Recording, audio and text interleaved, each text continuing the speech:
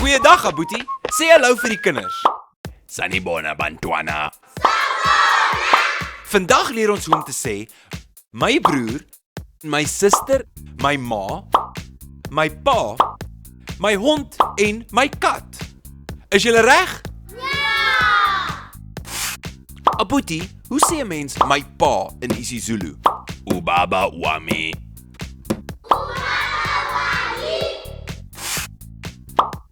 En hoe sê 'n mens my ma in isiZulu? Umama wami. Nou, hoe sê 'n mens my kat in isiZulu? Ikati lami. En hoe sê 'n mens my hond in isiZulu? Inja yami. Okay, stop vir 'n sekond. Laat ek vinnig verduidelik. Wanneer ons sê my pa en my ma, gebruik ons wami.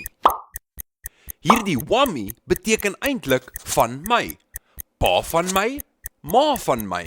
Maar wanneer ons sê my hond, gebruik ons yummy. En wanneer ons sê my kat, gebruik ons lammy. Hond van my, kat van my. So wami, yummy en lammy beteken almal van my. Kyk nou na hierdie voorbeelde. Abuti, hoe sê 'n mens my broer in isiZulu?